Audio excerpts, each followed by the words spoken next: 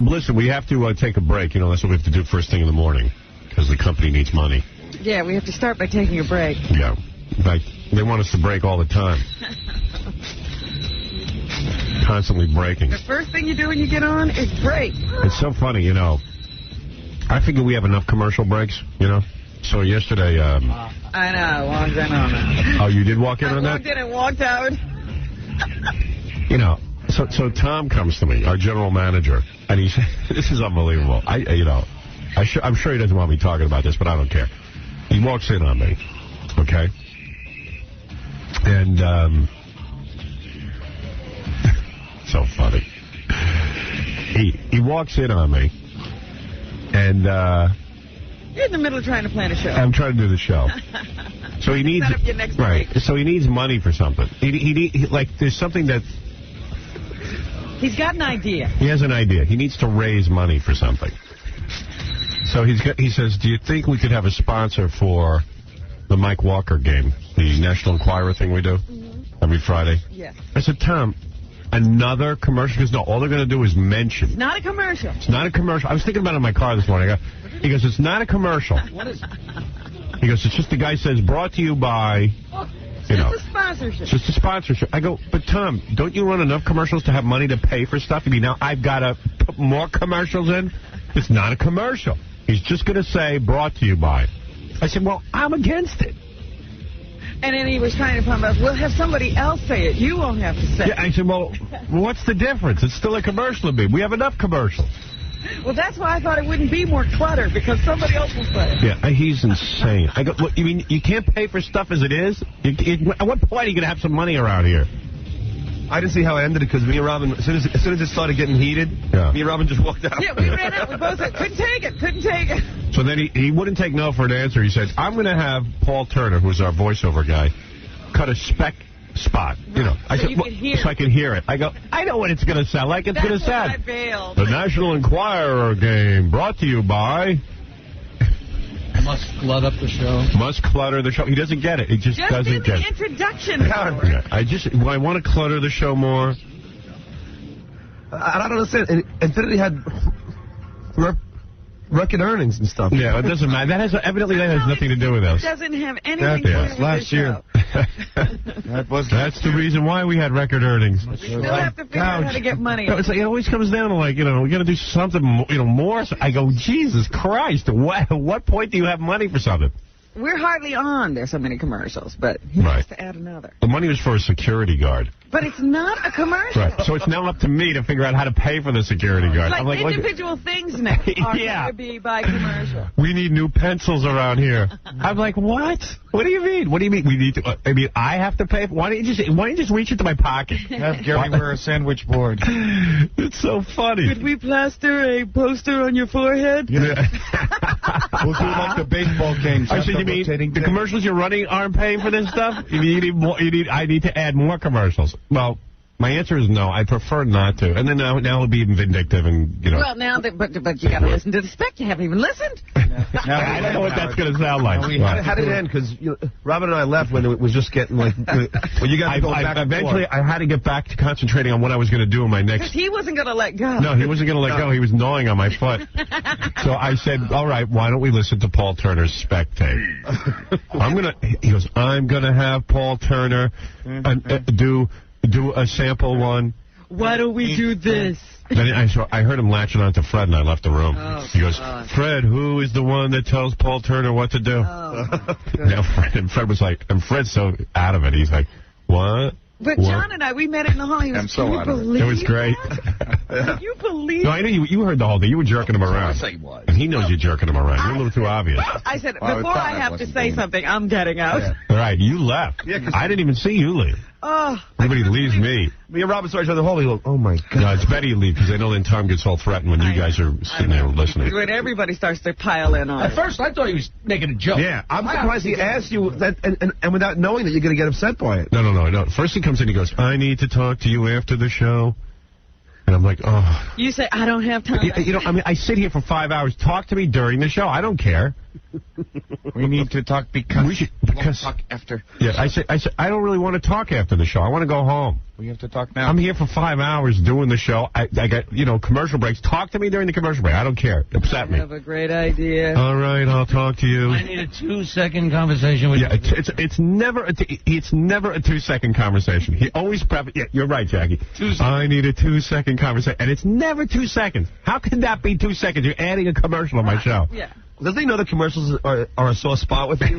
Yeah. But yeah. I'm adding a commercial. I don't care. It's not a commercial. But it's not a commercial. It's a commercial that's not a commercial. Right. So if it's not a commercial, what do they put that on the log as? How do you sell it? How do you get commercial. money for that? The only way to pay for security is if you add more commercials. What about the ones I'm running? Charge more money for those. Charge a couple extra bucks for those. No. No. It's easier to add more. But he was so funny because it wasn't anything that he was doing. Yeah. It's not a sponsorship. It's not a commercial. Yeah. It's just Paul Turner saying, brought to you But mix it in with the other 3,000. It's enough. It's enough. Stop the bleeding. right in the intro. Thank God I have some integrity. I think most people would just go, yeah, sure. Who cares? Why not? Everything will be brought to you by. Anything for a security guy. I'm going to start talking now. That's brought to you by. No, we have security people throughout the building, but evidently it's my job to raise money for them. The company doesn't buy anything. No. We have to supply everything for ourselves. What do you think? God. This is a great idea. No, it's not. Another bad idea. Your safety's important to us. Make a few extra bucks. Yeah. Yeah, we'll pay for safety if you put in another commercial. Let's clutter the show up more. It's not cluttered enough. We're trying to entertain people, so we try to write an entertaining opening to the National Enquirer game. Let's put a commercial in. Let's make it not entertaining. We're protecting you with a wall of commercials. During the show, there's always some intrigue going on. And I didn't talk about it yesterday on the show because I just needed time to calm down. You should have seen your face. I was watching the whole dynamic. Well, You were, your head was about to explode. yeah, I sit there and I rub my head and I go, I don't believe I'm in another dumb conversation. And 2 seconds. He never knows how irritating he is. Yeah, I wish he wouldn't have to talk to me about it. I wish he'd call my agent. I tell him, call my agent. Don't clutter my mind up with your crap. And then I'll discuss it with my agent. Robin and I knew that your head was about to explode, though. Yeah, no, he doesn't know it. Left, but he starts leaning further over the console. Because it doesn't matter to him what I feel. It doesn't matter. I'm not a human being. Howard. No. It's not another commercial. It's not. Because you're like, oh, Tom, it's another commercial. It'll only No. Tom, so charge more money for the present commercials and raise money. No. But this is just a sponsorship. I know. Crazy. I'm crazy. I wonder how long ago he thought of that idea, and whether it took him like a couple of weeks to work. No, he doesn't get that I'm a human being with feelings. It's just unfathomable to him. It's always like you don't understand. Right. I'm stupid. All right, I got to take a break. Money has to come from somewhere. And usually it's from this show. It's not coming out of my pocket. Yeah. How about another show? Add something to another show and pay for this. It doesn't have to come directly from me. Show. It's out of the time we get to talk. Oh. It's always coming out of the time. Let's slice more of the time you talk. Do it. How about like during the afternoon show? Who's on in the afternoon? During the Will Penn-Darby show. Spots or something. And pay for it that way. There's a whole other 20 hours. You know what? We can pay for that security guard from the Will Penn-Darby show. Right. I mean, or the top 5 countdowns. The Bob and Slappy show. I don't care which show it comes out of. We do like top 5 countdowns in the afternoon. We should just sponsor that. Yeah, I know. Yeah, sponsor the top 5 countdown. Why does it? In other words, if I need a security guy, why does it have to come out? Because it's for you. Right. It's for me. You have to suffer for it. Right. So there's another way to just clog up and clutter the program. Doug, you're on the air. You can't talk. Hey, Howard. Yeah. Why don't we have bowel movements sponsored by Dial a Mattress, and then Robin's period. Wait a second, you're onto something. Tampax people. Yeah, because that wouldn't cost. That would be funny. And all right, I'll suggest that to Tom. Hey, Tom. Okay. We tried that once. In fact, we should play this going into commercials. So funny. One time we had Gary call Bucky, one of our sales guys. He's like the top sales guy, and say, "Gee, do you think that you can get someone to sponsor Howard's bowel movements?" It started off with burps, farts. And Bucky was like, "I think we can do it." In a second. In a second, I could sell that to my computer guys. Did you ever hear that tape? I heard it. You did, yeah. Okay. Yeah, definitely I did. All right. I've been listening for 17, 18 years. All right, thanks, Rick. You want to play that going into the break? I'm going to find it in the book. Oh, all right. I may have it for you out. He'll read it to you. You're going to find it in the No, I've got a book. Yeah, you don't have to find it. It's all right. All right, if you find it real quick. I don't want to press you. I'm doing the best I can, man. No, I know that. I know you are. All right. Listen, let's take a break. We'll hear that some other time. Can we sponsor Fred looking for the commercial? Can we get Fred another? All right, we're going to be back. We got to, you know what? Never mind, Tom. Let's move on. But you know what the funny thing was? You said, at the time, I'm really not into it.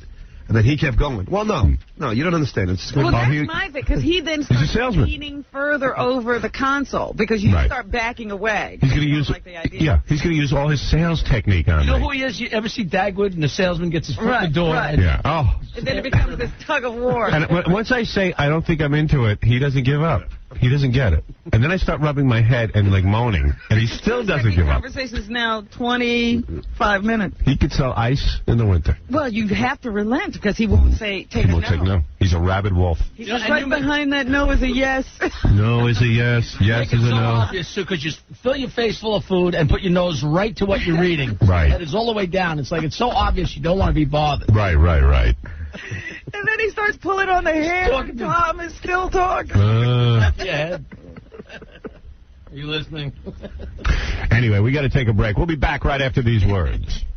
I was upset last night anyway. I couldn't even think straight. Why? I had a weird experience with a photographer on the streets of New York. Oh. It was very, very odd, and I'm still perplexed by it.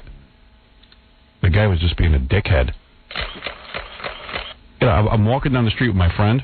Of course, it was a woman. As soon as they see me with a woman, they want a picture. So, you know, I accept that. Well, listen, that's part of the deal. I'm walking, the guy's shooting and shooting and shooting. Boom, boom, boom, boom, boom. It's almost like a terrorist. You know, boom, boom, boom, boom, boom, boom. It's an attack. And it's like, you know what? I start to think. Yeah, he's got enough pictures at a certain point. Yeah, and I start to think, gee, I didn't come out here today to be. You know, everyone is walking on the street here. I didn't come out here today to be in a photo shoot. If I want to be in a photo shoot, I'll go hire a photographer somewhere. Right. Pose, get dressed. I don't really. I'm not here for this guy's photo shoot. It's terrorism. I don't care what you tell me. But all right, listen, it goes along with the territory, right? But the guy's boom, boom, boom, boom, boom, boom, boom, boom, boom, And boom, how boom. long is this going on? Seemed like an hour. Must have been maybe 4 or 5 minutes. Okay. All right, you know what I mean? And you're walking as he's doing this. Well, I started walking, then I stopped some. Then, of course, it causes a whole scene. So these kids come up and they want to talk, and I'm shaking their hand. You know me, I'm not a dick. So the guy won't stop. The whole time, everything. Right. So then he runs across the street because he sees me coming up to him. I said, why don't you come back here and talk to me? He goes, okay. Comes back, and I said, you know what? You're an effing dick. That's what I said to him. I said, you got some goddamn nerve. I said, what? What are you going to... I said, what is the problem? Did I do something to you? I mean, what is the problem? I'm not out here. He goes, if you threaten me, he goes, if you threaten me, you better watch out. I go, I didn't threaten you. I asked what the problem is. I said, you're an effing dick. I said, at what point do I get to walk down the street without you causing a scene? So, okay, that was it. He runs away. Runs. Because believe me, now I see why guys want to pop these guys. Yeah, I was going to say, are you going to turn into Sean Penn? No, I ain't going to turn into Sean Penn. Besides, I'll get my ass kicked if I turn into Sean Penn. So anyway, I go to a restaurant, I eat my dinner. I was like, what the hell? You know, forget about it. Yeah, try to get over it. I walk out of the restaurant, I'm walking 1 block. There he is. Wait a second. Oh. A car pulls up, runs over my shoe. Now, I got a big shoe. Thank God. The tip of my shoe gets caught under the cab. The cab comes to a screeching halt. The guy's in the back seat snapping away. Are you kidding? And I'm like, what the hell? And it was dark outside, so like my eyes are blinded. I'm going, what is going on here? No one. That's how Lady Di died. I almost walked right into another car. I was so blinded by the light, and I'm in the middle of a cross street. I literally almost walked into another car, and I'm like, what the hell? See, at that point, he's not even looking for pictures. He's just going to show you. He was using it like he was using it like a gun. Right, exactly. So then I went, what is he doing? He's creating a story. So I'm walking. Yeah. So I'm walking down the street, and a couple of people walked up to me, and one old guy, I don't even think he knew who I was, goes, that guy's an ass.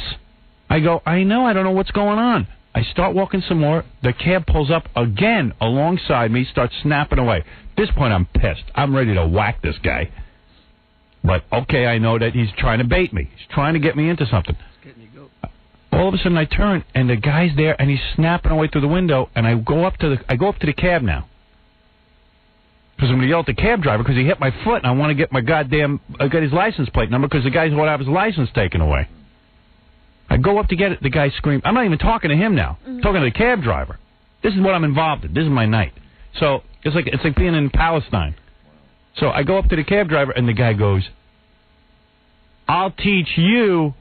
The guy in the back. He goes, "What does he exactly say?" He says to me, "I tell you, this place is nuts."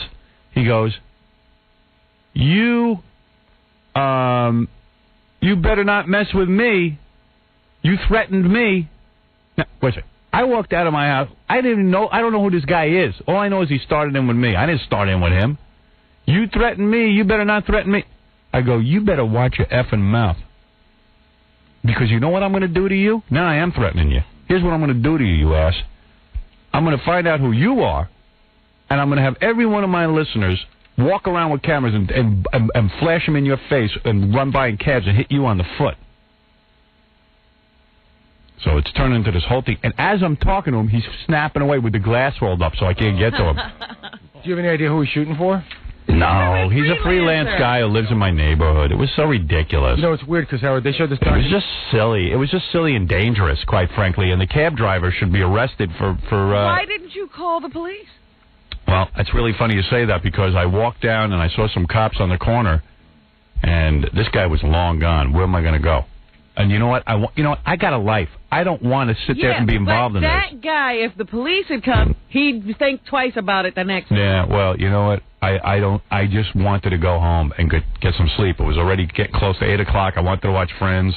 I just want to have, it was silly nonsense.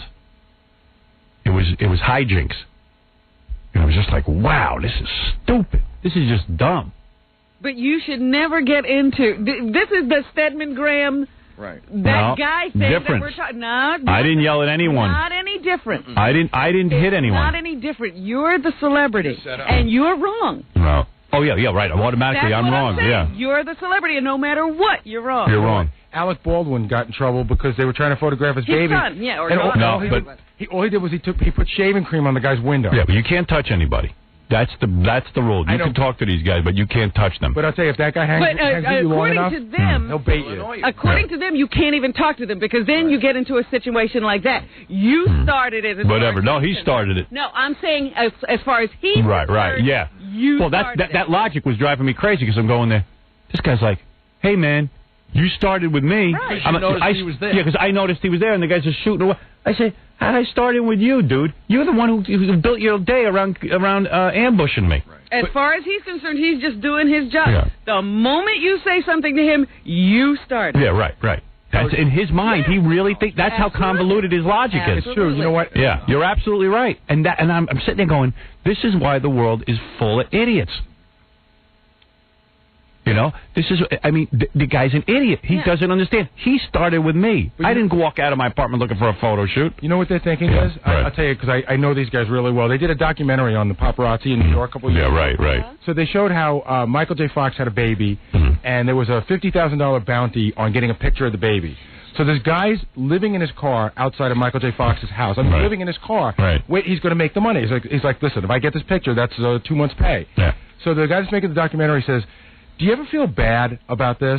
And he goes, you know what, man? F Michael J. Fox. He's a celebrity, man. F him. Once he's a celebrity and he's out, he's an effing a-hole. And he's open game, and it's his tough crap. I mean, that's their opinion. It's just like you're a celebrity, and now you're his So now I have a right to have a cab driver run over my foot and almost caused me to walk into another car. It's unbelievable. These guys were crazed. Well, that's what, And I'm like, what's the big deal? Is to get legal with them. I know. Well, I didn't have my lawyer with me. But that's Rich, you're on the air. What Robert De Niro had to do. They started pestering him. Yep. He got involved with the cops, and they staged a setup and arrested people. Yeah. Rich, you there? No. Yeah, I don't know. It was weird. It was a weird night, I'll tell you that. Hey, John, you're on the air. Yo, Howard, how you doing? Hey, bro. I want to tell you something about the Mets. By the way, can I play a game for Mets tickets or something? I don't have any Mets tickets. Mets tickets? All right, hey, listen. Anyway, that pitcher last night, I heard that his own man's like doing time for like drug dealing or drug trial. Maybe that's why he was throwing the ball all over the place, man. They said that on the telecast? No, I heard it prior to the telecast. They didn't say that on the telecast. I never heard anything about that. Anyway, I think he got that wrong, but maybe you don't. I don't know. No, I did hear it. You know, I could be. It may be another pitcher, but it's definitely a St. Louis pitcher. Yeah, you want to definitely get that one right. Jesus. Yeah. But anyway, you said anything like that last night. Right. Oh, well, they wouldn't say it on a telecast like that. I mean, sure not they a would. national. Nah. But anyway, he was struck. You wouldn't even want to get in the batter's box. It was wide. Oh, my gosh, it was brutal. Wow. Talk about a guy with a gun. Here's a guy throwing 90 miles an hour, and he doesn't know where it's going to go when it leaves his arm. Well, I'm a And fag. these guys Right? I'm a fag. I was watching Friends during the Met game. Could be a strike, and it could be a ball that knocks you out. Yeah. Yeah, but also, by the way, they do this stuff. I just like that the guy throws a few wild pitches, and now his whole family is addicts. I mean, No, but just throw the goddamn ball. I think Robin's making more sense about that. They had to change his whole pitching stance around and all that because his he was injuring his arm Yeah. because of the way he threw. Hey, dude, I got to go. I got to take a break. all right, later, good. Later. Take care, man. All right. And they were saying, he's a young guy, and this was the beginning of his career, and he was having a great career, and this could be a career-ending situation for him. Right. We got to take a break, and we'll be back right after these words with a lot of stuff. I'll give you more information on the Halloween promotion and everything. Freddie, what are you doing, bro? I hear you. Really, man. Shut up. Sit down. I am sorry. Oh, my. Oh, yes. Oh, yeah. I told you not to be stupid, you moron. Yes, sir. That's a good one. Yes, sir. That's a good one. The Howard Stern Show. Oh, my God. The Howard Stern Show. The average radio listener listens for 18 minutes. The average Howard Stern fan listens for, are you ready for this? Okay. An hour and 20 minutes. How can that be? Answer most commonly given, I want to see what he'll say next. Fine, but what about the people who hate Stern? Good point.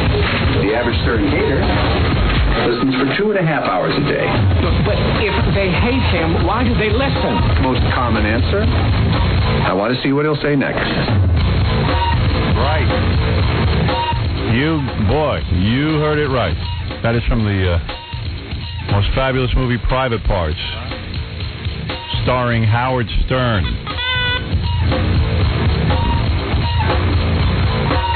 I can't even bear to watch that movie. I tried to watch it a couple of weeks ago, and I don't know. Kind of upset me. I think you can understand why. Seeing as how I'm not married anymore. Tends to get to me. Now you have to look at it like it's a fairy tale. Yeah. Like this was a made-up life for Howard Stern. There you go. Yeah. Not anything real. I have trouble watching it. It was real at one point. But you can't watch it that way, otherwise you get depressed. Gets me upset, yeah. Tends to upset me. I feel so silly watching it. Start to cry. Yeah. Yeah, I got to make a new movie. Oh, that'll be a tragedy. This next one won't be. No, not this time. It won't be about me. Oh, God. Oh. No, this time it won't be about me. Well, everybody who was in that movie is doing pretty well. I got to tell you, first of all, Allison Janney just won the Emmy for West Wing. She won a Tony after she was in the movie, you know? Yeah, Allison Janney is the woman who played my program director in Washington, and the guy who played Pig Vomit, Paul Giamatti. Paul Giamatti, has worked in every film with Jim Carrey and just a million films I could name. He was just in that duets with Gwyneth Paltrow. Yeah. And he's working like crazy. And then I just got an email from Mary McCormick, who played my wife. What's she up to? How would I know? We're separated. Oh. No, she is shooting a movie in England with Minnie Driver. Oh. With Minnie Driver. And she's got a whole bunch of things going on. And then who else have I heard from? I don't know. She also do a stage play in England, and she's been working. Working nonstop. So there you go. So a lot of people doing well from that movie. You know, getting a lot of recognition. We're waiting for our first Oscar. Yeah. They usually don't come about 5 years after the movie's been released. But re-release that movie. I know it's ready now. I got offered a bunch of other movies, but I tell you, you read these scripts, Although, you know, it's funny. It's so weird, too. You never know what's going to sell. I was always afraid to make the Fart Man movie. I always thought it was great. And then I realized I should have just made it and screw it. But You're ahead of your time. Yeah, I put a lot of thought into these things, and sometimes too much thought. While you're thinking, other people make a movie. I know. Other people don't care. And not to mention that from Private Parts, Betty Thomas is a household word now as a director. Yeah. You know. She works all the time, too, and is producing and directing now. And me, I'm still sitting here. Although I was on the phone last night in my role as executive producer of Son of the Beach, I was on the phone with Tim Stack, the star. What was the executive producer doing? The executive producer was reviewing and giving script notes on the first script of the new season. Now, how is that? Do they email you the script? No, I get it delivered. Ah, so it's a hard copy. Hard copy. I don't like reading it. I don't like printing it out. I like a hard copy. I read that there script. I try to envision what it would look like on screen. And then, do you give copious notes? Yeah. I give notes, and then Tim tells me to shut up, and that's the end of it. No, so I talked to Tim for a while. He's doing great. They're doing great. They're writing some funny stuff. They brought in some more writers. They brought in 2 new guys to help them out, because they got to write 22 new scripts. It's a lot of scripts. But the guys, the original 3 writers, will be writing all of the scripts with these 2 new guys. Yes, they won't be letting those 2 new guys off on their own. That's right. Can't have that. Show's way too important. I read the funniest thing in one of the tabloids about Bette Midler. You know, she's doing one of those sitcom things. And they do it in front of a live audience. For some reason or other, these sitcoms, they have to put them in front of a live audience, like a Broadway show. Yeah. And during one break, Bette Midler starts screaming at the director, "This script isn't funny. We need this, we need that." And she's cursing him out, and her mic was still on. Oh, and the good. whole audience. They should have put that in the show. Oh, I was like, man, that's great. That's a good show. And then she She's a realized that her mic was on, and she was like, "Oh, just kidding." Trying to play it off for the audience so they don't think she's such a bitch. Yeah, she can get away with that kind of behavior. Doesn't fit her public persona. That's what they ought to show in that TV show. It would be a hit. Yeah. Don't make up stuff. Show us the real stuff. New season of Friends was really good. That whole hour was just really strong, very funny, full of laughs. I got it. I completely I hope you do. didn't think about it. It would be a catastrophe if you didn't. No, not a catastrophe. They'll rerun it. The season premiere of Star Trek Voyager was real good. This is the last season for Star Trek Voyager. You saw the season opener. 2-hour. Was that a 2-hour? The first, there was a 2-hour episode with the Borg. Yes. Did you see that? Yeah. Was that 2 hour? Yeah. Oh, I didn't realize. Oh. Someone gave it to me on videotape. I didn't realize it was 2 hours. Yeah. It was good. Excellent. Yeah, that's a good show. Love that show. Last year. I can't believe it's been 7 years. It's hard to believe when you're having so much fun. Hey, this Saturday night on the TV show, on our TV show, I'm talking about our syndicated television show, check out us tickling Pamela Anderson's pretty feet. I got a fax from the tickling community, for lack of a better word. That's what they call themselves. Several faxes from the tickling community. Begging me to tickle Pamela Anderson's feet. Apparently it's a big community, and they all write. Because they wanted to see on the TV show her pretty feet, her nubbins. Yeah, there was no question they wanted to ask Pam. They just wanted you to tickle her feet. Yeah, they didn't care. That's weird, man. Yeah, it is weird. But we did it. And you see, agreed. I know how to talk to these guys, too. And guys, you'll see her pretty feet displayed with her pretty polished nails and pretty legs. And you even said she had, like, jewels on her toes. Yeah. Oh. On her toenails, there's little diamonds. Do you go between her toes? So her feet are very prominently displayed and very pretty. And she takes care of her feet. And when we're tickling her, she laughs so uproariously that panties can be seen in her skirt. Well, she tries to struggle and get away. Yeah, that's the lingo. She tries to struggle and get away, and when she's bad, I tickle her more. Hey now. Right. Hey now. I've read enough literature to know how to talk to these guys. When she tries to struggle and get away, we restrain her, holding her pretty legs and feet. Holding her by her ankles. Yeah, we harness her manually, in addition to using ropes around her ankles. Both digits and feather Right.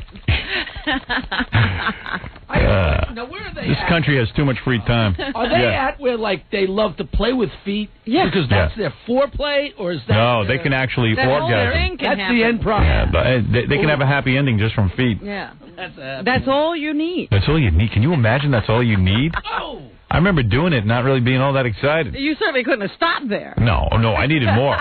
I ain't saying I didn't want her. It's like you'd do it if it was getting the other person. Oh, yeah. If it would lead to more for you. And then as an additional bonus, we get Natalie in there, and you get to see her pretty feet. Her pretty nubbins. They Also, only call them nubbins, not cities. Stuttery John goes on location in the Miracle House, and we get some great Gary animation, which you've now seen, and it's great. Yes. Oh, my goodness. Gary's teeth animation, so good. You have to see It's that. very, very wonderful. Beautiful animation. Beautiful. You can't go wrong. Can't go wrong. It's very fun. Oh. My both. Okay, now, just to clear up something before we went to break, a caller called in and said the guy who was pitching so wildly for St. Louis in the Mets game last night, maybe it had a little bit to do with the fact that his father was in prison. Well, listen to this. The father of Cardinals rookie pitching phenom, Rick Ankiel, That's the guy. was sent to prison a couple of months early Tuesday for a drug conviction from last year. Ooh. Ankiel's 6-year prison term was set to begin July 24th, but he was arrested last week for allegedly throwing a loaded gun out of his moving pickup truck, so a judge ordered that he begin the drug sentence immediately. Throwing a loaded gun out of his pickup truck. He can count on a day pass pretty soon, though, because he's still got to be tried for last week's gun charges. Oh, my. I guess there's going to be an empty seat in the Players Family section at Busch Stadium for a while. This is from the newsletter jerkoftheweek.com. Whatever that is. I don't know why he's a jerk. The father might be one, but... I think they're saying the father's the jerk. Oh. Yeah, then it says here, the Cardinals' Rick Ankiel is one guy who will never take his father to school on career day. While waiting to be jailed for his role in a cocaine and marijuana trafficking operation, the father of the pitching phenom was arrested Wednesday for allegedly throwing a loaded gun from his car. Police chased the elder Ankiel after a motorist complained that a man in a pickup truck had pointed a gun at him. Ooh. Yeah, this is from the internet. What do you think? It looks pretty official. Yeah, sounds real. Yeah, and then here's a story by the Boston Globe saying that the same thing. You know. I always think it's funny when you have to hide your parents because they're the ones who might embarrass you. Because they're out of control. You should tell some prominent guy with a kid who's out of control. Well, in the good news department, as far as we know, his mom is clean. Okay, so far, so good. So far, so good. Nobody get too upset. All right, let's take a couple of phone calls, say hello to the folks, because everybody's on the phone. Let's go to Paul. Paul, you're on the air. Yeah, how you doing, Howard? All right, what can I do for you? I just called up to let you know what an a-hole Robert De Niro is. Robert De Niro, the famous actor. He's in the hit movie, #1 movie of the... Meet the Parents? Yeah. Robert That's De Niro? it. Why is he a jerk? We had a few encounters at him where I work. He's, God forbid you get a glimpse of this guy. You know, he's like God's gift to this earth, cursing out people, the room service guys. Oh, forget it. He didn't even want people to get a glimpse at him, even just to acknowledge him or none the fact. This guy, he's really, I think he's put himself on a high pedestal, too. Do you understand what he's saying? No. I don't either. You don't understand? What did he do? I don't understand what he did wrong. Just a few things. Where was this that he did something wrong? At this hotel where I work at. Oh, you're in a hotel. Boy, Exactly. getting information from people is like pulling teeth. I think what it is, they must tell John the story first, and then they think we know what they're talking And about. they start in the middle or something. I thought John maybe gave you the rundown or something. No. All right, well, anyway, this guy from room service goes up, right, to give him his meal. So this guy's talking to him at the other end of the door, De Niro, and he's not opening the door to sign the ticket for the guy. So they're going on like for 5 minutes, and this guy's really like, he's cursing him out. He finally opens the door, grabs the ticket out of his hand. He's like, I'm not signing anything. Grabs his breakfast, slams the door, and then calls down and tries to have the guy fired practically, just for the guy doing his job, you know? This guy, he's really a project. He's Bobby D. Runs a good restaurant, I'll tell you that Japanese joint. Good service over there. Good service over there. Hey, thanks, bro.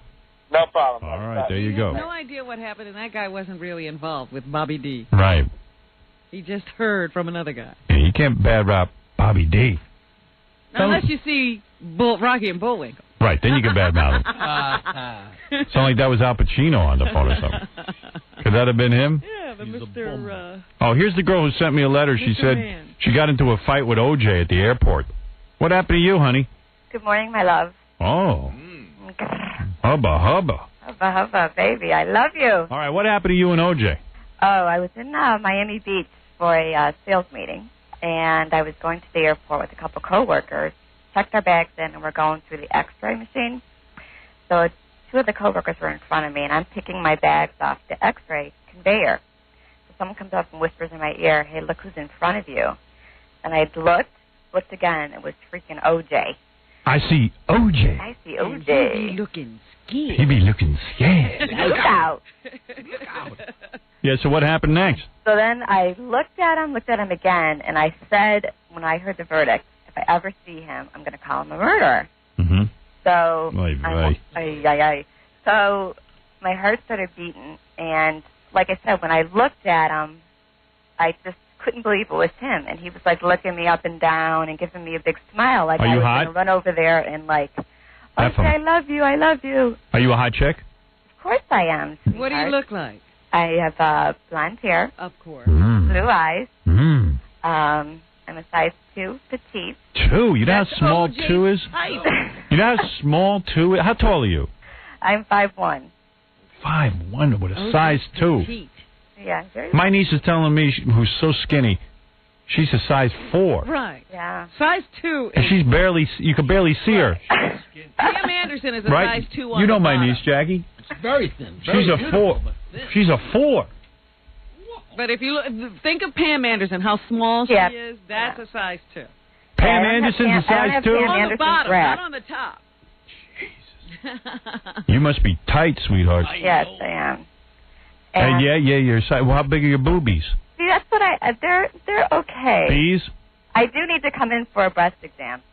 Oh, I would good. love to meet you, my angel. Where are you, in California? I'm in Cleveland. Oh, so fly in, honey, for the breast exam on October 20th. I would love to. Let me examine you. Yes, I would love that. Maybe it'll be a little kismet here. Ooh, yeah. I need a size 2. Oh, yeah. I think we'd be a perfect fit. I only have a size 5, 6, and 7. I don't have any 2s. I would love to. But you have to, what, do you fit a size 2? Would I fit? Oh, believe me, I have a size 2. we would be a perfect fit. By the way, I have a size 12 nose. So we'll fit fine. Sure I fit. In fact, it might be a little snug. All right, sweetie, so go ahead. So you said one day what were you wearing, a mini skirt?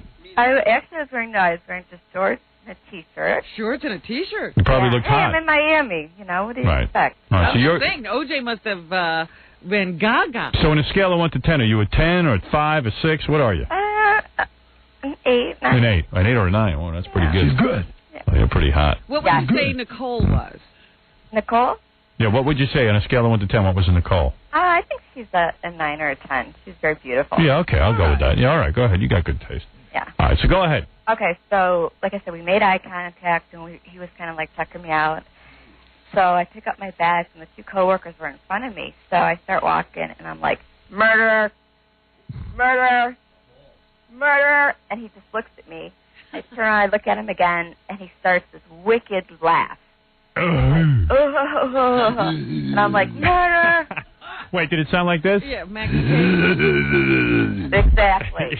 It was wicked. It was really creepy. It was really creepy. No. So that wasn't the end of it. So my coworkers were like, oh, my God, we're going to get thrown out of the airport. What are you, crazy? So I kept walking, went to our gate, and I sat down for a second. I'm like, oh, this is it. I got to go back and find him again because this is nuts. I couldn't believe that he laughed, So I threw my bags down, and my coworkers were like, don't go, because we're going to get thrown out of the airport. I'm like, forget that. The guy's a creep. So I go looking up and down the gates, looking for him again. Oh, my God, you're out of your mind. She's on a mission. You know what it is?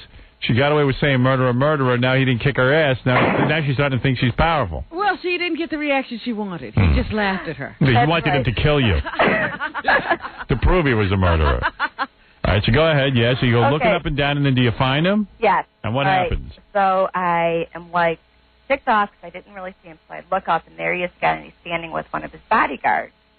So he taps, he's like 20 feet ahead of me and like 15 feet to my left. So I'm walking up, and he taps his bodyguard on the shoulder, and he points at me and like does his finger up and down like, oh, who does she think she is? So I'm like, murder. He's like, midget. I go, murder. And he's midget. And I'm like, murder. He goes, honky. And I said, murder. I'd rather be a murderer than a midget. Or honky then. All right. He said honky? Yes. He said honky. So we were like going at it. People around me were like laughing and like, yeah, go get him. So I turn around and it was like a dead end. I couldn't really go anywhere, and I'm like, oh my God. You know, do I turn around and walk past him again? I'm like, oh, screw it, I'll do it. So I turn around and he's looking, he's just like laughing and. Okay, yeah, get to the end. So he taps his bodyguard, says, shut up, B. And I just, kept going, and I'm like, we just kept going at it. Murder, honky, murder. And that's the end of the story. Midget, yeah. All right, there you go. So that was my... 3 or 4 encounters of calling O.J. a murderer. And him calling her an idiot and honky and midget. I know. It's horrible. Well, there you go. Well, come in for your breast exam. That's October 20th. It's mammography day. Well, can I talk to John or something? Yeah, hold on. Hold on. I'm looking forward to Howard, feeling you up. I love you. I love you. I'm looking forward to feeling you up. I mean, giving you a breast exam. All right, hold on. Hey, and if you can, bring O.J. in. I would love to. All right. There you go, a celebrity encounter. That's pretty funny because O.J. says, he only meets people who like him when he's running. Oh, she likes him. I think in O.J.'s world she does. Had a good time. Yeah, you had a good time, right, O.J.? Had a good time. Yeah, okay. By the way, I received several faxes about my conversation yesterday with Stuttering John's alcoholism because it said that's completely false, his whole math about for every beer you drink. An hour and the beer goes away? Yeah, and he says, tell that drunk John you burn 0.25 or 25% of a beer an hour. All right, so, and that makes more sense to me. And old Jackie's in here arguing about that. It's true, it's true. Well, now I see where John gets all his information from. Right. Jackie goes, no, it's true. Every hour you burn off a beer. And you know that's not true because when you drink a beer, I think it's 0.02 goes into your system, and an hour wears away 0.02. No. He says it's 25% of 0.02. And 5 beers in an hour makes you 0.1, which is the legal limit, or it used to be. Again, I think your math is fuzzy. I took the stupid fuzzy math. You got fuzzy math. That's it. That's something fuzzy. All right, on my phone is Leanna. I'll tell you who Leanna is real quick, and then we'll talk to her after the commercial break. It's funny, that advice that Casey corners me yesterday. He says, I went to the Jet game on Sunday, and I got to admit I was jealous of those guys. I said, jealous of which guys? He goes, the Jets. I said, why were you jealous? They lost.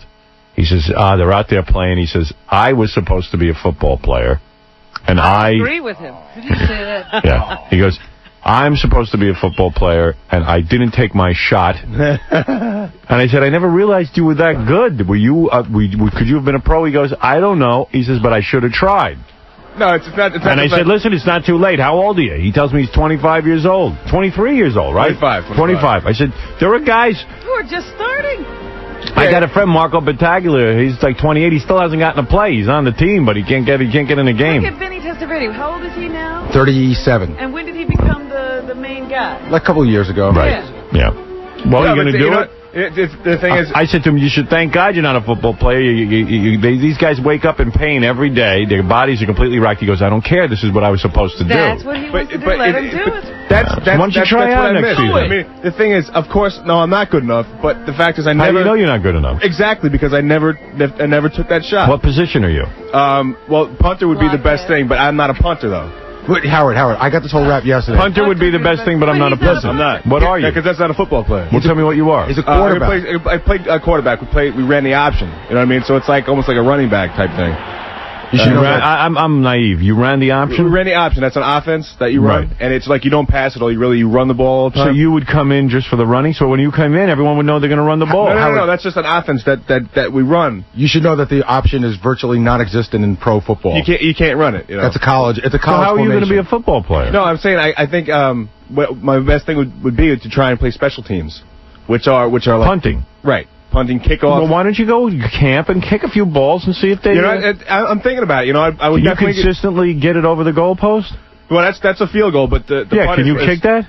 No, I can't kick field goals. You can't? No. All you can do is punt. Right. And then, but then the kickoff team, when you run down and try and tackle the guy, that's kickoff.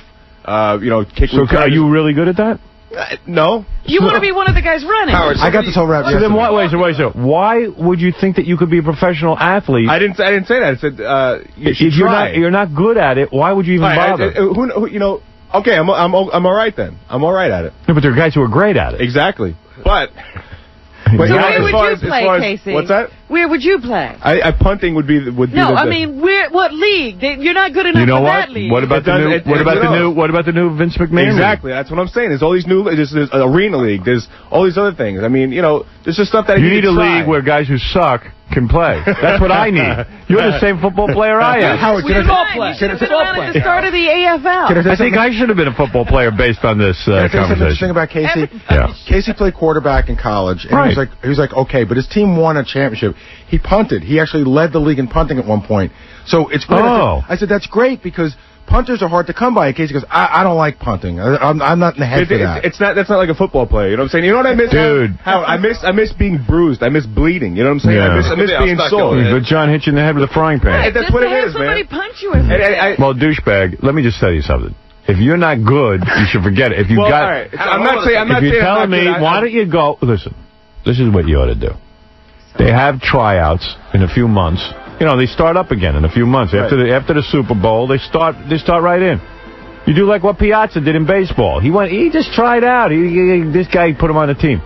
He got on what? The Dodgers. Perfect example. Wayne Quebec. There you go. He wasn't invited to camp. He just walked into camp and said, hey, I think I'm good enough to play. Let me try it. And they said, sure, okay. What do they got to lose? Right. You're a white guy. They go, whoa, a white guy. We could sell that. There's another white guy. There's a white guy. I bet a friend of Casey's. He said that he's great. He was great in college. Oh, you were great. Are you being humble? Quarterback, he said. He's a great quarterback. Oh, that's nice and everything, but... No, it was a friend of yours. He said that the only reason why you didn't start was because that guy that... Yeah, actually, I was in back of this guy in college who was the #1 Russian quarterback in 1AA. Where is he now? You can't play the option in the pros, so he's coaching now. You can't. You behind a guy who was so good, but not good enough to play in the NFL. Well, no, but it's the offense we ran. He can't play quarterback. He's not big enough. And I don't understand. You mean you never threw the ball? You just ran with it? Pretty much. We would. So how did you guys ever throw the ball? Not really. You'd throw the ball maybe 10 times a game. Most of it you would run it. It's you know how like you know what a shotgun is, right? You know what the shotgun the quarterback and he throws the ball. But I thought quarterbacks can do it all. They can run plays where you run and also be able to throw the ball. Right. You do a little bit of both, but and wouldn't it also freak the other team out that the guy who runs the option could throw the ball? Right. Like wouldn't you want a guy who could throw the ball in there? Yeah, but the guy. I never heard of a quarterback that I could play that. There are some coaches who would rather have total control of the game. What is he, Robin? You're telling me there's a quarterback that doesn't know how to throw the ball? Right there. Well, of course he can't play. The coach is calling most of the running plays. It is. Hey, I'm the same thing. That's a coach who says, my guys can't throw the ball, got to run. You mean you wasted 4 years in college running the option? 5 years running the option. Only option is the coach is making. You know what your option is? You stay right here. You ain't going anywhere. If he was really any good, would he have gone to a school where that's what they did? Robin, you had to get to most colleges run the option. That's what they do. Wait a second. You're telling me you want to be you were a quarterback for 5 years who never threw the ball. Well, we threw sparingly. We didn't throw that much because that's our offense. You throw long passes, right? That's just our offense. You know why they did that? Because you couldn't throw. No, that's not true. Of course. No, it's not. If you could throw the ball with precision, they would let you throw the ball. The coach said, "I got a quarterback." If you got a guy that you recruit out of high school who's got a phenomenal arm. The coach is throwing, then he wouldn't come to our school. The coach is throwing his playbook out the window to adapt to that guy. No, then that guy wouldn't come to our school. A guy, a pocket passer, would not come to Western Kentucky. Why? Because I can't throw the ball. What is it? You don't know how to throw the ball and you're a quarterback? I can throw the ball, but I never heard of a quarterback can't throw the ball. I never heard of this. I don't know anything about the game, but if I'm a quarterback, I'm going to be able to throw. Howard, did you ever run the ball yourself? Yeah, that's what the option is. Right. You would run it, or you ever see like the guy pitches it? Right, it's an option. The end? That's the option right there. You can run or you can pitch. Maybe you could be, a running back? No, I can't be a running back. Casey, fade back and get Howard's lunch. Yeah. That's what you're good at. So special teams. Yeah, you go out, you get my lunch, and you return with it. That's what you're good at. Howard, let me just explain this. He have to pass that to somebody else. He kind of did. Chef Bobby's the one running that play. That's the option. Howard, the option is just the coach is calling. The option is whether Casey gets lunch or Chef Bobby brings it down here himself. And usually Chef Bobby brings it down. Casey's playing behind him. You're still running the option. You big dumb football player. Howard, it's the coach. What a career! The coach is calling running plays. And I don't care. I would kick the coach in the crotch. But that's what I'm saying. He had a coach who knew he couldn't throw. So you're telling me that you have some sort of ability to kick the ball, punt the ball, which is a big specialty, Howard. Right. So why don't you go try out for that? Who's stopping you? Yeah, right. You know what? Punters don't have to be in shape. So he's so silly, Howard. There are some teams that I've seen teams go through 3 punters in a season because a punter is really important to the team. So here he's got this talent. Yeah. That might be his best asset. And I only did it for 2 years in college. And do it. But you were you leading something? You were leading the league. I did all right. Yeah. Tell me, you brag a little. Let's see. I was one time I was conference player of the week. What does that mean? Explain that. I had a couple of good games, and so they once a week in the conference they give they put out the player of the week. Did anybody do any of the? Explain that to me, Gary. Okay, if the conference is 8 or 9 or 10 teams they play on a Saturday. Right. Of that week, they pick one guy out of all those games and they say he's the player of the week because he had a great outing. Okay, so if you had that and you can consistently punt the ball, what does a punter make in the NFL? What kind of money? I heard league minimum was $300,000. All right, $300,000. You get to travel with the team, and if you're really good, you get an agent. You maybe even get more. Right, you're good looking. There's a bunch of ugly guys who punt. At least you can turn it into something. Yeah, you might be able to do endorsements. Surely that $300,000 is more than you make here. Yeah, I can vouch for that. Yeah, that's a little bit. Yeah. You might be able to. In the locker room too. Yeah. Yeah, see, that's what I really miss, you prick. You miss showering with guys. Yeah, I miss. But you know how it is? I saw these guys come off the field, coaches yelling at them and stuff like that. I'm like, you know what? I'm not supposed to be on the phone. I'm a big dumb animal. I got to at least try, you know? Why don't you try them? In other words, when you were player of the week, did any of the NFL teams or scouts come and look at you? Coach kept saying if you can do this consistently, then you have a chance of playing. But then I got a couple blocked, and that just screws your whole average up. So I never tried. You got a couple blocked. Is that your fault or the team's fault? No, in that case, someone doesn't block somebody, and you get a 0 averaged into your average. So I see. So you didn't ruins it. They're looking at raw numbers, but I asked Casey, can he punt? And he said he went out the other day and he was kicking them pretty far. Not too bad. How far was August? What you want is 45 yards and an angle. 4.3 hang time. And what did you have? And I could do that. I mean, I could do it, but not every time. How many times can you do that out of 10 kicks? I would like to say 3 out of 4 times, hopefully. Oh, wow. That's a good average. You know what, Howard, NFL punters do it about 3 out of 4 times. They usually douchebag. Practice, Casey, you might get better. But I shank them every once in a while, and the guys on the pros are so much better. So you're afraid of shanking them? Yeah, shank. You got to see this guy from the Jets. That's where you're like totally. That's embarrassing. In fact, that happened during the Jet game the other day. I don't know if you saw, but who were the Jets playing? Denver. The guy kicked it, and it went about 10 yards. And he kicked it with all his might. But the guy and it wiggles in a weird way. It's very embarrassing. The guy from the Jets is awesome. This guy Tupa. Yeah. I saw him kick yesterday. He was at the end of the end zone. He kicked it to the 10 on the other. So can you do that? No, that's unheard of. Right.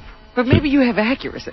No, right, because sometimes you got to hit a corner. I can see Casey kicking it into the stand. It's happened before. John, you played against Casey in college?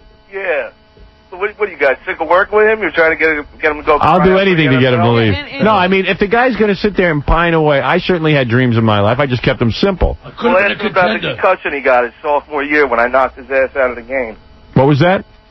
I knocked him out of the game his sophomore year. The only option KC ran in college was the option of whether he was pitching or catching with his boyfriend. This is nobody. All right, thank you. Hey, Howard. Yeah. I miss rules. Quack, quack. He sure does. I'm watching, I love to watch the political shows. So, Fox News Channel's in a commercial. CNN evidently runs commercials the same time as Fox News Channel does. They do that. Get together on that. So I tune into MSNBC. They got Imus in the evening. In other words, he did what I did, of course. I figured out to put my radio show on television, so he had to do it. He did it on MSNBC. And the show is death.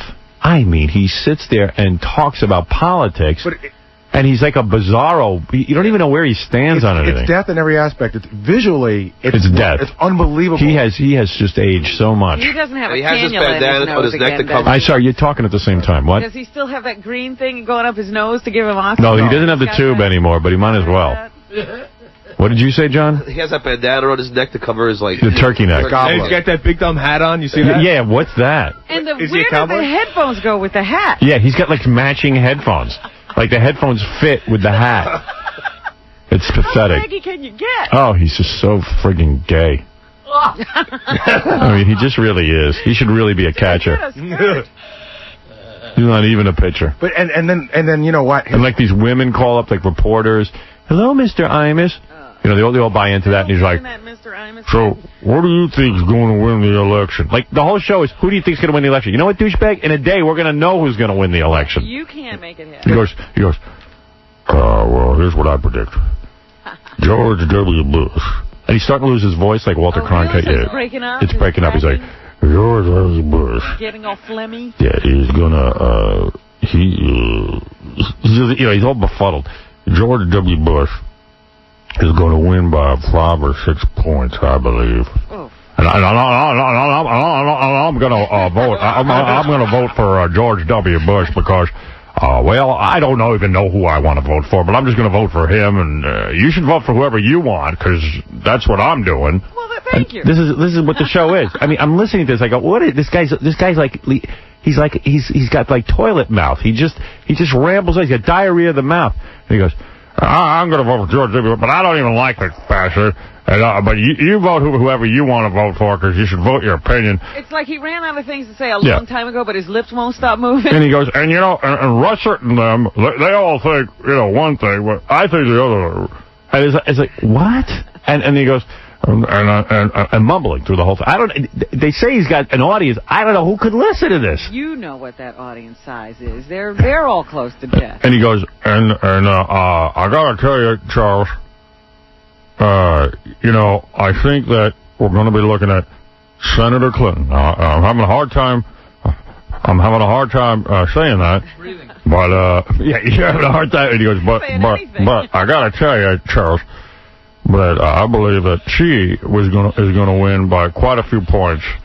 I really believe that all of his listeners come from the fact that the people are too old to get up and change the station. Yeah, I mean, and I'm not joking, man. This is how it sounds. And I got to tell you that, Hillary, she's, and I mean, it's like, what are you talking about? And he really does wear that kerchief all the time. Yeah. And he's looking down.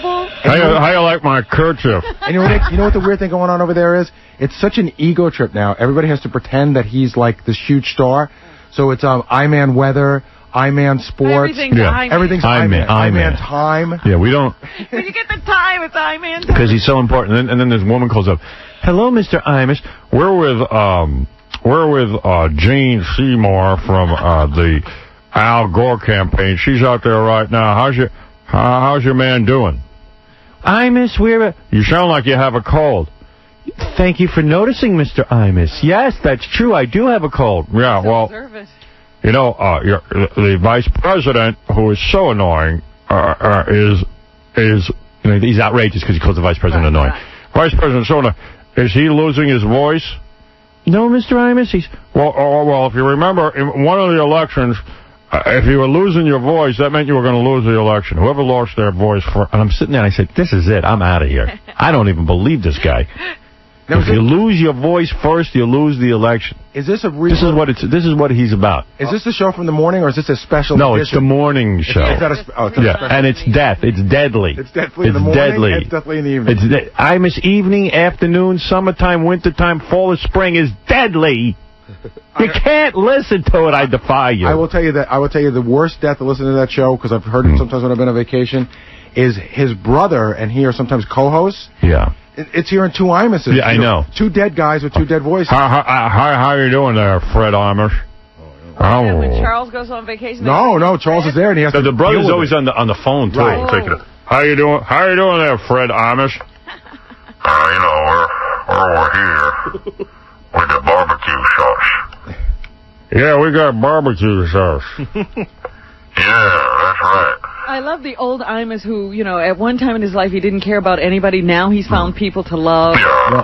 He I love loves his wife, who's the best woman he's ever met. I love my brother. And I love my brother. I think the deal I with love my crotchety old brother. I think the deal with the brother is that the brother's like some loser who needs Imus's, radio show to promote various bad products. And I think one of the things the brother does now is he lives on the ranch for dying kids and helps run that. Yeah. So he has a place to live, and he helps them. And distribute the products for him. Yeah, way to go. In other words, he's his butler. It's manservant. Manservant. It's the brother who could never get anything going, and always had some wacky idea, and now he's got this idiot with a radio show trying to sell his barbecue sauce. Because remember at NBC, in the hallways, you would hear him complain about how his brother had called him for money again for some idea that he didn't want to be part of. Yeah, right. Instead of just giving him money now, he just helps him sell stuff? Right. Yeah, and has him, work at that ranch, which is a whole big tax write-off. Yeah, we got a ranch. We help cancer kids. And we make them work the farm. We don't care. But this brother he tried to avoid all his life is one of the people who loves him. Yeah. I love my brother. I love my brother. I mean, he used to say... He's like Liza and Lorna Luft. They're making up at the end. You know what I mean? Absolutely. He used to say flat out, my brother called me today. I wonder how much that's going to cost me. Yeah. Yeah. But now he knows his brother loves him, and he loves his brother. Think about my sister and me. We don't ask each other for a dime or anything. It's just really pleasant. It's a pleasant relationship. You like to get her phone calls. You don't worry. Your skin doesn't start to... Yeah, she doesn't call me up and go... I'm in the kitchen making barbecue sauce. I'm wondering if you could sell it to your audience, a bunch of dopes. So it was unwatchable. I had to just get out of there. Tom, you're on the air. Hey, Howard, how you doing? Hey. Listen, I got the answer for Casey. Get the football uniform for him, have him dress up in it, then he can go get your lunch in a football uniform. Ooh. Hey, why don't you put on a uniform when you get my lunch? And every once in a while, as he's going down the hall, people can tackle him. Yeah, right. Bloody him up. I have some Casey stats here, believe it or not. Go ahead. So, Casey played, this is his 1997 season. How do you have this? Gange printed it out off the internet. Wow. So, I could see the week that he was player of the week. So, here's a week where they beat a team 38-24. He was 4 or 5 passing, and he rushed for 173 yards. Wow. However, the first game of the season, he rushed big for blockhead. minus 13 yards. I got a punt block, probably. The second game of the season, he rushed for 11. The last game of the season, he rushed for minus 2. So although he had one game with 173 yards, his net for the season must have been a real bad team. Was 174 yards. No, not at all. The guy ahead of me was the best player in one AA. The team went 7-0. So he didn't get on the field. That was quarterback. That's playing quarterback. So I was playing in the fourth quarter and stuff like that. If he got hurt, I would play. But then I was the punter, the special teams captain. Right. But Howard, he passed 4 out of 5, so he does throw the ball. Right. Five times. Yeah, but little passes. Yeah, they're those little... Stuff I could throw. I like to see you out there, what do man. they call those little slant passes? A screed? Yeah. Dude, let me tell you something. If I practiced like you did your whole life, I'd be better than you. I'd be in the pros. I'm saying, I like to see you out there. That'd be good. How does he get out of college and wind up here? There's no football here at all. See, I went to college, and I majored in radio, and I ended up in radio. Right. You went to college, majored in football, and ended up in radio. But Howard, I don't think he really wants to play, because every Sunday we play football. Yeah. I've been asking him to play. He never comes. He doesn't want to play with amateurs. Yeah, you guys are losers. He's a professional. I'm definitely not. But all I'm saying, man, it's just like, if you don't take a shot, I'm gonna be like 50 years old or whatever. So do it. Why did you go? Listen to me. Go over, walk on to the Jets. I know guys at the Jets. You want me to get you an audition? I told him that yesterday. You want me to get you an audition? No, that's all right. You don't got to do that, man. I appreciate it. Do you want me to do it? No, I don't want you to do You it. big pussy. No, I will. Go try. Live your dream. Walk on and say you're from the Howard Stern Show. They're going to let you in there. Yeah, exactly. That's and go in and kick the crap out of that ball. Show him, man. Punt. Show him. Punt, stupid. Punt. Show him what a fag you are. Jackie, why are you screaming at him? Could you open your eyes? Shower with the team. You'll see what you got. That's really why I want to go. In the locker room. You'll have to shower down with them. Wouldn't it be fun to shower next to Jumbo Elliott? Yeah, that'd be great. You got a big ass. Hey, Buckethead. And one time in the shower, we had this Where this is great. Buckethead? Buckethead, he coaches gym. Teaches gym. That's your buddy. Yeah. So what you should be doing. We got this big grate up there, and you throw your towel up there so it sticks in between the grates. So when you're done showering, you grab your towel. football. One time, he winds up and he throws the thing and it falls straight on his ass. And his legs, he's so fat he couldn't get up. So he's sitting there naked and his legs are spread up in the air and he couldn't get up. It was awesome. You're so bad. It's so funny. Gay guys. We're kicking soap at him. You like to see your fellow football players with their legs spread, with towels. He was like a turtle. The guy couldn't get up. You are so gay. 300-pound guy trying to get up. No stories about the game or the tackles. No, the shower. The shower and the towels. Best recollections are the shower and the men's room. Towel snapping. What nasty ass. Yeah, this guy out there is the size of a bucket. The locker room can get incredibly gay. I played for a long time, and I saw guys get it. Like, there were these two guys when I played football in high school, and their whole joke, the big joke was, one guy would run, well, like if you were at your locker, one guy would pull your underwear down, and the other guy would spray you in the butt with right guard. Right. It was like a funny joke. Yeah, big joke. Meanwhile, they're looking at some guy's ass. And spraying him. Look at the smile on Casey's face. That's good. No, with the linemen used to do. You want to know something? My high school, I never even saw a football game there. I know they had a team. You never got naked in gym, did you ever? Never. You never got naked. You never showered in public. Never. But you sat around with guys, and not once did it occur to you to pull somebody's pants down and spray them. Never thought about it. Thought about girls. Yeah. But I know people from the high school. They are telling me the names of guys from that football team that are gay now, that are absolutely out of the closet. And they were all the guys who were beating up guys and all homophobic. Right. And they're all gay now. I mean, out of the closet, full blown out flamers. You know what I mean. When you can't be who you are, you have to kick the crap out of other people. Right. Exactly. Right. You know, Howard, you know the linemen? Linemen are like really big guys, like probably about 320 pounds each, right. You know? Yeah. What they used to do is, we had this TV room before practice when they were bored. They would wad up little things of tape and try and throw it in each other's belly button. That was the game they played. Yeah, that's what I'm saying. There's a lot of... Everybody That's funny. and trying to touch each No, other. they would just sit there with their big guts hanging out and trying to throw tape, and I was pretty good. I could get them in. It's gay. Like you were there too. It's foreplay. You know what another thing they would do is, when you get taped up when you play football, right? So if you're out in the rain, when you take the tape off at the end, it gets really heavy. It's all wet and everything. And guys would roll it up in a ball, and they would go into the showers and wing it at a guy and try to hit him in his butt to get him to get a welt. Schlager balls.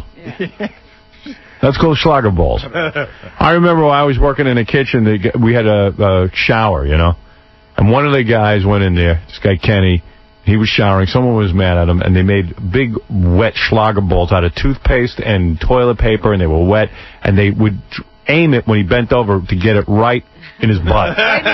Yeah, right in the middle. And it stung. Right? That's so gay. Home base. It's funny, though. I never took part in that. It's really funny.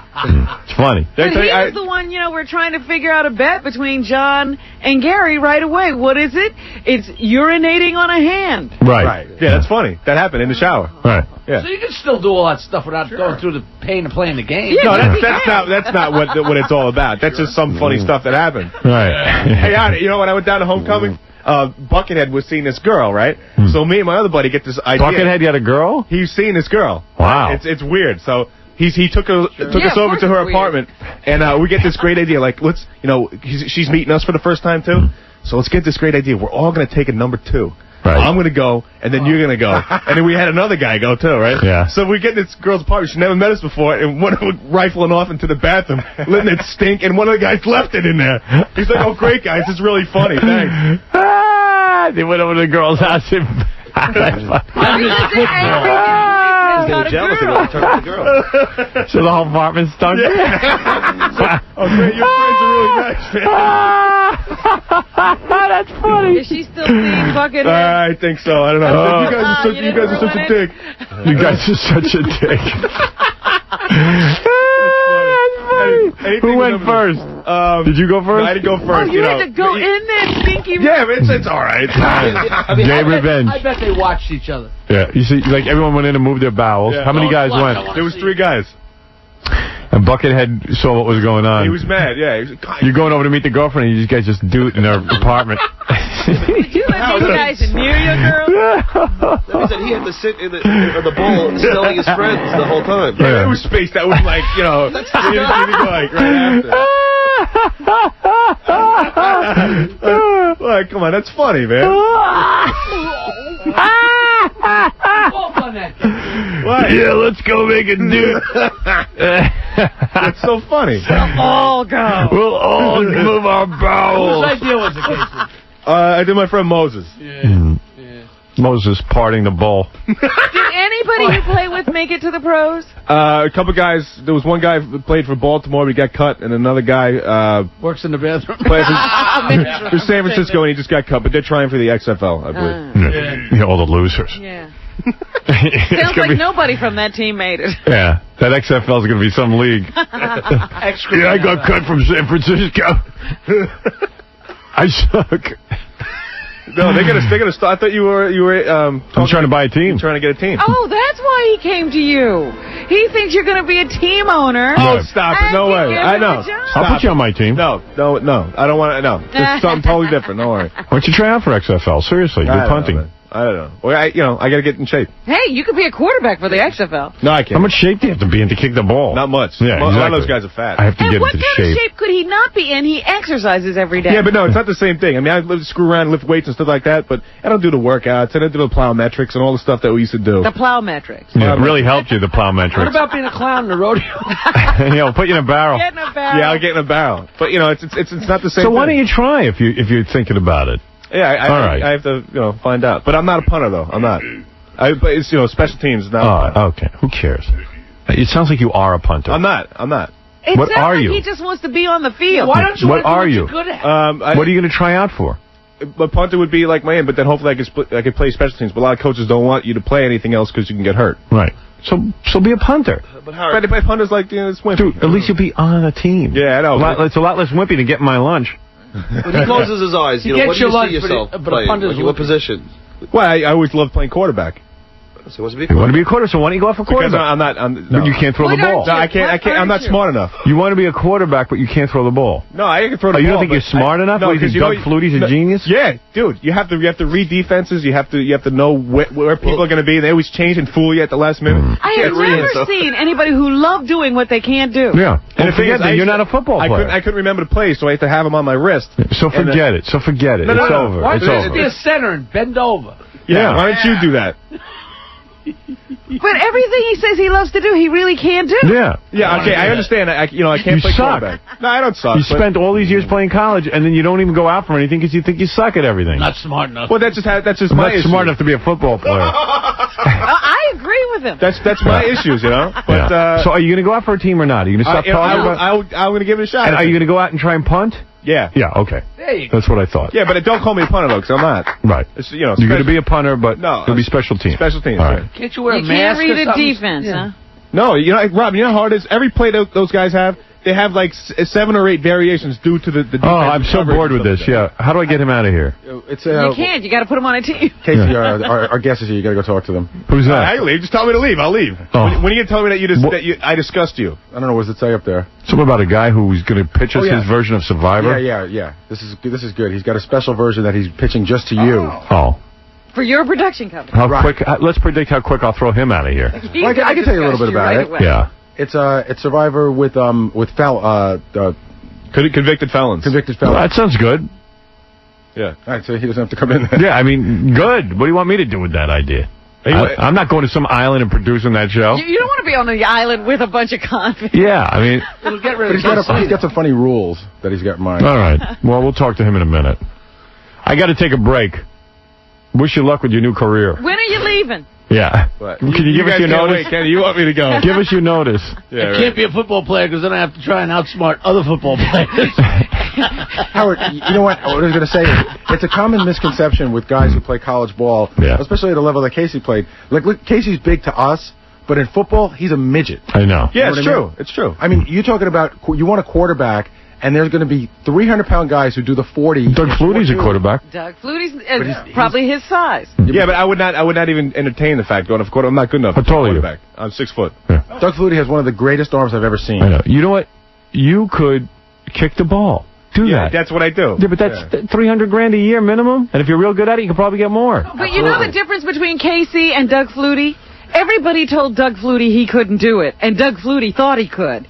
Casey isn't waiting for anybody to tell him. He tells himself he can't. No, you know what? When I was in high school, they told me I couldn't play college football. They told me I was too small. But, I was captain for 2 years, so, hey, screw them. So, this is just another one. Okay.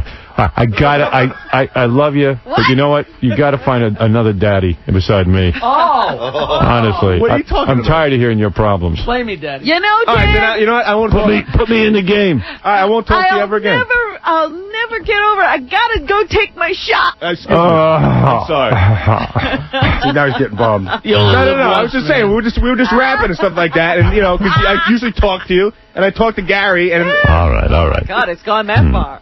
Yeah, we talked to me about it yesterday. The thing I don't understand is that punting is really his best way in, and he maybe he can do it. It makes no sense. And he doesn't want to do it. Yeah, right. Who cares then?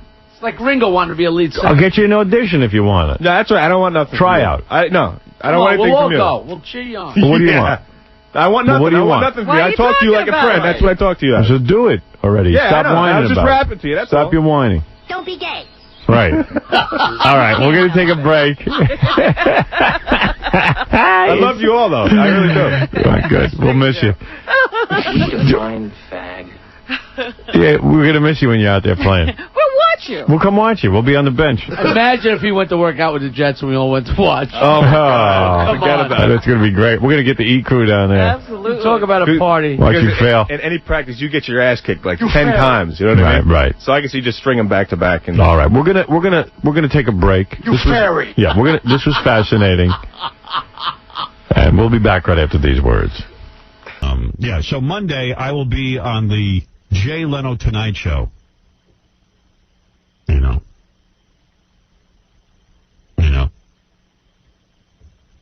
God knows what that's about. And I don't want to be pre-interviewed. You can talk to me about anything. They don't do that to you anymore, do they? No, not over there, they don't. No. Because you know what happened? One time Jay tried to pre-interview me. He kept calling my hotel room. I wouldn't pick up the phone. I told him I'm not picking up the phone. I wouldn't. I don't want to talk ahead of time. There's nothing to talk about. I don't want a pre-scripted situation. If you've already had the conversation, why have the conversation? Yeah, so tell me, I understand you were in you had something about fire on your mind. That's right, Jay. The other day I was in a fire. So what did this I hear? What's this I hear about, what's this, That you're dating? Yeah, well, now, I understand you're not married anymore, is that right? Now, what happened here? You know what, Jay? I feel like making that a funny little bit for your show. The whole goddamn family's in disarray. I want to talk to you about it. That's right. I got some jokes. Yeah, I got some real great jokes, you big chin bastard. Well, why don't you do what I do? Tune up a motorcycle and hide in my garage. Laugh at my pain, you bastard. Yeah, what's the matter, Jay? What do you need, a snappy routine on the end of my life? Oh, okay. Let's see if I can make you laugh with my marriage problems. Let's see if I can't make that happen for you. What else you want to know?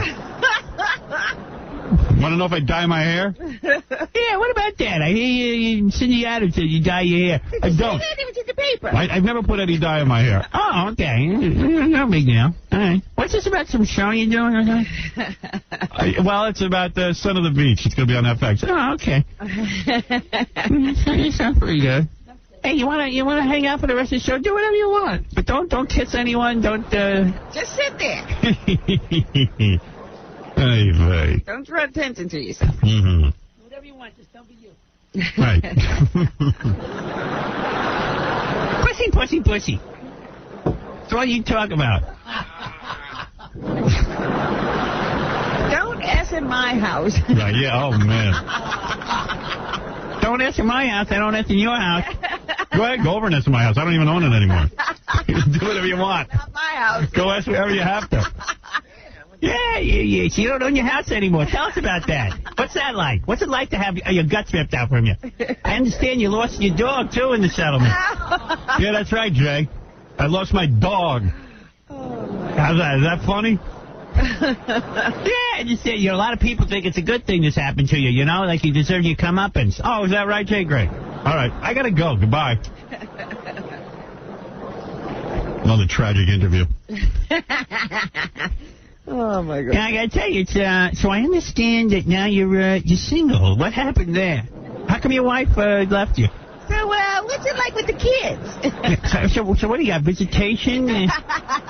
Yeah, why don't I... You know what, Jay? Just to make your show extra funny, I brought my lawyer out. I can tell you the details. Yeah, he'll fill you in on the 50-page agreement we signed. How long did it take to work that out? Yeah, what's that all about? How long did that take? Now, what's about... So, like, you don't kiss your kids goodnight anymore? Family parties. You always, what's it like around Thanksgiving when you're all alone? That's great, man. You ever get lonely? Yeah, I get sad and lonely. So, you got a bachelor pad. Yeah, what's that like? So who decorated it? Sounds like you got yourself a real can of worms, just pal. Sounds like you're in big trouble. That sounds like great fun. Yeah, so, I wonder who else is going to be on the show Monday night. I don't know. They only mentioned you. I hope they get a hot chick. They never do. Whenever I'm on that show, they never get a hot chick. Chicks away. They do. They keep them locked in a box. It's Selma Hayek, my love match. There you go. Match you up. Yes, you is very cute. You are a See, big man. Howard. You are a big Jew. You are a big man. You are a big man.